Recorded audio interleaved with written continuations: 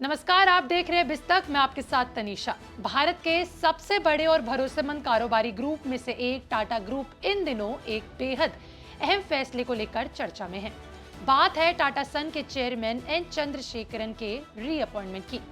हाल ही में हुई board meeting में उनके तीसरे कार्यकाल को लेकर चर्चा होने लगी थी, लेकिन ये फैसला फिलहाल के लिए टाल दिया गया है। ऐसा क्यों हुआ? क्या टाटा ग्रुप में मतभेद है? क्या नई कंपनियों में घाटा बड़ी चिंता बन गया है? आइए इस पूरी कहानी को आज के वीडियो में आसान भाषा में समझते हैं। देखिए, 24 फरवरी साल 2026 को टाटा सन की बोर्ड मीटिंग हुई। इस मीटिंग में चेयरमैन चंद्रशेखरन की तीसरी टर्म पर चर्चा होनी थी, लेकिन मीटिंग के दौरान माहौल बदल गया। नोएल टाटा, जो टाटा ट्रस्ट के चेयरमैन हैं, उन्होंने टाटा ग्रुप के नए कारोबारों में हो रहे घाटे का मुद्दा उठाया। इसके बाद इस पर लंबी चर्चा हुई। सूत्रों के मुताबिक नोएल टाटा ने निवेश और घाटे पर चिंता जताई। बोर्ड सदस्यों ने चंद्रशेखरन का समर्थन किया। आखिर में खुद चंद्रन ने कहा कि इस चर्चा को फिलहाल टाल दिया जाए। चंद्रशेखरन का कहना है कि टाटा ग्रुप जैसी संस्था तभी मजबूत रह सकती है जब टाटा सन और टाटा ट्रस्ट के बीच एकजुटता हो, यानी कि इक्विटी हो। मतलब साफ है कि ये नहीं चाहते हैं कि ये फैसला मतभेद के बीच लिया जाए। एन चंद्रशेखरन साल 2017 में टाटा सन के एग्जीक्यूटिव चेयरमैन बने। उनका कार्यकाल फरवरी साल 2027 तक है, यानी अभी एक साल बाकी है।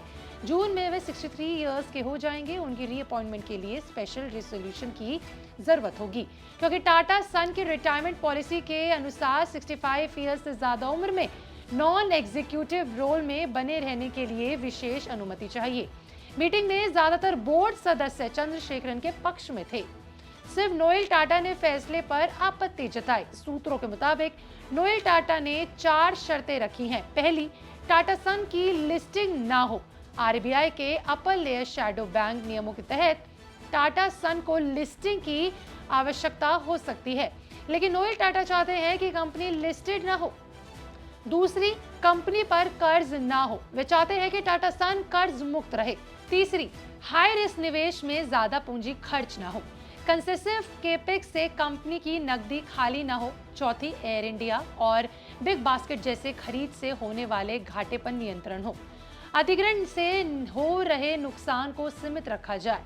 देखिए, रीअपॉइंटमेंट कमेटी की प्रमुख अनीता जॉर्ज ने भी कहा कि ग्रीनफील्ड प्रोजेक्ट से घाटा पहले से अनुमानित था, लेकिन वोटिंग से पहले ही चंद्रा ने कहा कि बेहतर होगा चर्चा टाल दी जाए।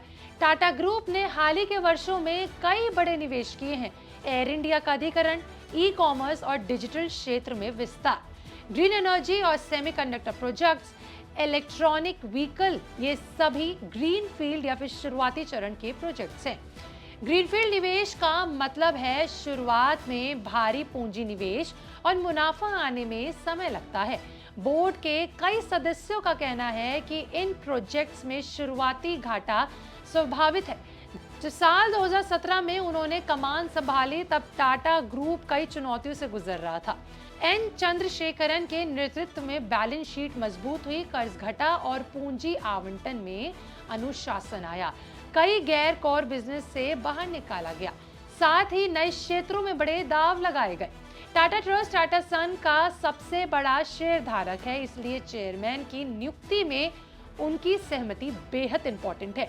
अगर ट्रस्ट और बोर्ड के बीच मतभेद होते हैं तो ये कॉर्पोरेट गवर्नेंस पर असर डाल सकता है। इसीलिए चंद्रा ने एकजुटता पर राय रखी है। संभावना है कि अगले कुछ महीनों में फिर चर्चा होगी। 4 शर्तों पर प्रगति देखी जाएगी और सहमति के बाद डिसीजन लिया जाएगा। अभी के लिए बस इतना ही। आपका इस पर क्या कहना है? कमेंट सेक्शन में लिखकर जरूर बताइएगा। मिलते अगली वीडियो में, तब तक के लिए बने रहे बिस्तक के साथ।